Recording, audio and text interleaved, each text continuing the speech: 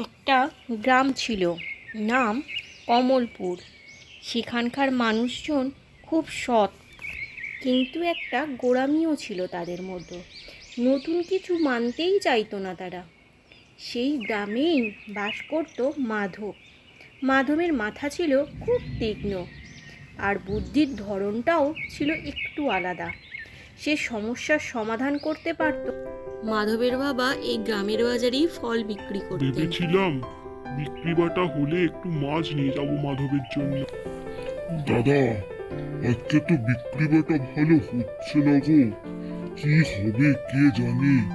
বিক্রি করে যেটুকু আয় করি সেটুকু থেকেই তো এই শাক সবজি একটু কিনে নিয়ে যেতে পারি, বলো দাদা। এই মন্দা থাকলে কিভাবে কি হবে, কিভাবে সংসার চালাবো, কিছুই যেন বুঝে উঠতে পারিনি। দিনের পর দিন যেন মন্দা চলেই যাচ্ছে। তিনি মাধবের মা ছাগলের দুধ বিক্রি করতেন। মাধবদের একখানা বড় ছাগল ছিল, যে প্রচুর দুধ দিত, যা থেকে মাধবের মায়ের কিছুটা আয় হতো। যে আয়টা মাধবের মা মাধবের পড়াশোনার জন্যই লাগাতো। গভীর রাত, মাধব তখন ঘুমিয়ে পড়েছে। বাইরে উঠোনে মা বাবা মাটির পিঁড়িতে বসে নিচু গলায় কথা বলছে। মাধবটা ঘুমিয়েছে বুঝি? জানো, মাঝে মাঝে খুব ভয় লাগে এই মাধবটাকে নিয়ে। ছেলেটার কত স্বপ্ন, কত বুদ্ধি, কিন্তু আমাদের কিছুই নেই এর সামনে এগিয়ে দেওয়ার মতো। বই, জামা কাপড়, হোস্টেলের খরচ। হ্যাঁ গো, তুমি ঠিকই বলেছ। এইটুকু ছেলে কত দূর দেখতে পায়, গ্রামের দুঃখ বুঝতে পারে, সমাধানও খোঁজে, কিন্তু তার নিজের দুঃখ কে বুঝবে বলো? কে বুঝবে? ও চায় সবার ভালো হোক, অথচ নিজের ভবিষ্যৎটাই কেমন অনিশ্চিত। কখনো কখনো মনে হয় ওর স্বপ্নগুলোর ভার যেন বেশি হয়ে যাচ্ছে ওর বয়সের তুলনায়। কিন্তু বিশ্বাস রাখো, আমাদের আশীর্বাদ ওর মনের জোরেই ওকে পথ দেখাবে। সময় লাগবে, কিন্তু ওকে থামতে দেওয়া যাবে না। ওকে কখনোই থামানো যাবে না। শুধু চাই ও যেন হারিয়ে না যায় এই লড়াইয়ের মধ্যে। হ্যাঁ গো, ওই আর কি। আমরা বাবা মা হয়ে প্রাণ ভরে আশীর্বাদই করে যাব। ওর স্বপ্নের বাধা হয়ে কখনোই দাঁড়াবো না, বরং ওর পাশে থাকবো।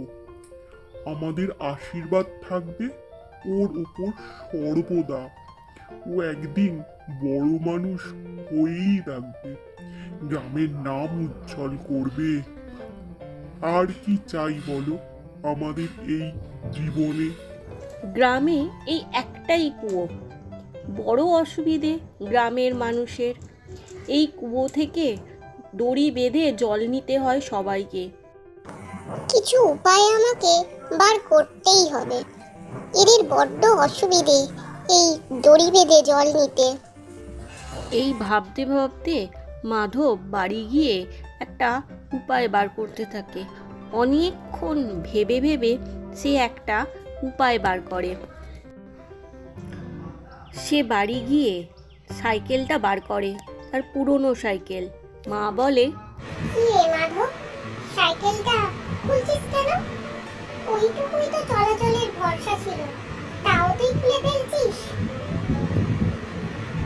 করবি ওটা দিয়ে? আমাকে বল তো। কি রে, উত্তর দিচ্ছিস না যে? আমি না জিজ্ঞেসে করছি তুই সাইকেলটা নিয়ে কি করবি? মা, বিজ্ঞান মেলায় অনেকে অনেক প্রজেক্ট বানাবে, বুঝলে? অনেকে রকেট টকেট অনেক কিছুই বানাবে। আমি এমন একটা যন্ত্র বানাবো যাতে আমার গ্রামের মানুষের খুব সুবিধে হয়। তাই তুমি দেখে যাও মা, আমি কি করি, যেটা তোমাদের রোজ কাজে লাগবে, আর অনেক সুবিধে হবে তোমাদের জল তুলতে। মা, আমি শুধু সাইকেল থেকে চাকা, চেন আর প্যাডেলটা খুলবো। এটা দিয়েই তো হবে ম্যাজিক মা। দেখো তোমাদের জল তুলতে কত কষ্ট হয় না। এই প্যাডেলটা করার ফলে তোমরা শুধু হাত দিয়ে প্যাডেল করলেই জল চলে আসবে, আর তোমাদের দড়ি বেঁধে নিচে ফেলতে হবে না। আর ওই জল শুদ্ধ ভারী বালতিটাও তোমাদের চাগাতে হবে না। কি রে মাধব, সাইকেলটা তুই খুলেছিস শুনলাম। তোর মা এটা আমাকে বলছিল। ওইটুকুই তো ভরসা ছিল বাবা। তোর দূরে স্কুল, পড়তেও তোকে দূরে যেতে হয়, ওটা দিয়েই তো তুই যাস বাবা। তুই খুলে ফেললি? চিন্তা করো না বাবা, আমি যা করেছি বুঝে শুনেই করেছি বাবা। গ্রামের মানুষের এই কুয়ো থেকে জল তুলতে খুব কষ্ট হয়, আমি দেখি তো। মা কাকিমারা কত কষ্ট করে দড়ি দিয়ে বালতি বেঁধে ওপরে তোলে। মাটির তলা থেকে জল তোলা অত সহজ কাজ নয়, খুব কষ্ট হয়, তার উপর আবার গরমকালে। সবাই যন্ত্রটা দেখে খুব অবাক হয়ে থাকে, কিন্তু মাধব মাকে বলে, মা তুমি প্রথম জল তোলো, আমি যে যন্ত্রটা বানালাম তোমাদের জন্য, তুমি আজকে প্রথম জল তুলে দেখাও। আমি তোমাকে বলে দিচ্ছি কিভাবে কি করলে জল তাড়াতাড়ি চলে আসবে। আর কাকিমা দেখো তোমাদেরও কষ্ট কতটা কমবে। আমি সাইকেলের পুরনো চাকা আর চেনটা খুলে নিয়েছি এই সিস্টেমটা করার জন্য। দেখো তো তোমাদের কত সুবিধে হয়। ঠিক আছে, আগে আমার মা করুক, আমি তোমাদের বলে দিচ্ছি। তোমরা এই রকম করলে, এই কাঠের হাতলটা ঘোরালে খুব সহজেই বালতিটা কুয়োর মধ্যে চলে যাবে, আর সহজেই কুয়ো থেকে জল নিয়ে চলে আসবে। উল্টো দিকে ঘোরাতে হবে হাতলটা। মা কই যাও দেখি। সবাই খুব অবাক হয়ে দেখতে থাকে মাধবের এই আবিষ্কার।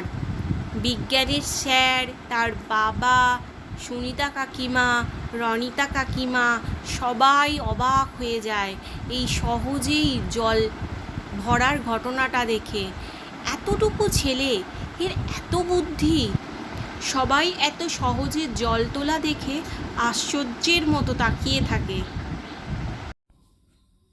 বা রে মাধব, খুব ভালো কাজ করেছিস। সবাই অনেক কিছু বানাবে বাবা, কিন্তু তোর মতো গ্রামের লোকের কথা কজন চিন্তা করবে? এই পাড়ার কাকিমা, জেঠিমা, ঠাকুমা এদের খুব কষ্ট হতো রে বাবা জল তোলাতে। এই একখানেই কুয়োর কল ছিল যা দিয়ে এরা জল তুলতো। তুই সেই ব্যাপারটাকে সহজ করে দিলি বাবা। অনেক বড় হ, আমার অনেক অনেক আশীর্বাদ রইল তোর উপরে। বারে মাধব, তুই তো কামাল করে দিলি।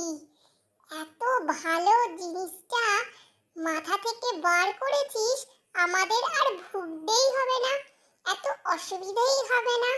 মাধব, তোর বুদ্ধির প্রশংসা না করলেই নয়। বয়সে তুই যে আমাদের কথা ভাবিস, এটা ভাবলেই কত ভালো লাগছে।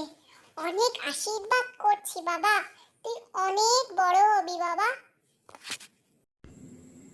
হ্যাঁ রে মাধব, রকেট টকেট হয়তো আবিষ্কার অনেকেই করবে, সেটা মহাকাশেও যাবে, কিন্তু আমাদের জন্য কে কজন ভাবে বল? এই রকম কাজগুলোকে সহজ করতে তোর বুদ্ধির প্রশংসা আমিও করলাম, আর আমিও তোকে অনেক আশীর্বাদ করছি। এই এতটুকু, মাত্র তোর 12 বছর বয়স, তুই এতটুকুতেই এত ভাবিস গ্রামের লোকের কথা। তোকে না ভালোবেসে কেউ পারবেই না। অনেক বড় হবি রে, অনেক বড় হবি। তুই ছোট বয়সে যেটা আমাদের জন্য করে দেখালি, সেটা অনেকে বড়রা মাথা থেকে বার করতেই পারবে না। গ্রামের লোকেদের কাছ থেকে অনেক আদর, অনেক ভালোবাসা পেল মাধব। আর এইভাবেই মাধবের বাবা মার মাধবের জন্য গর্বে বুকটা ফুলে উঠল।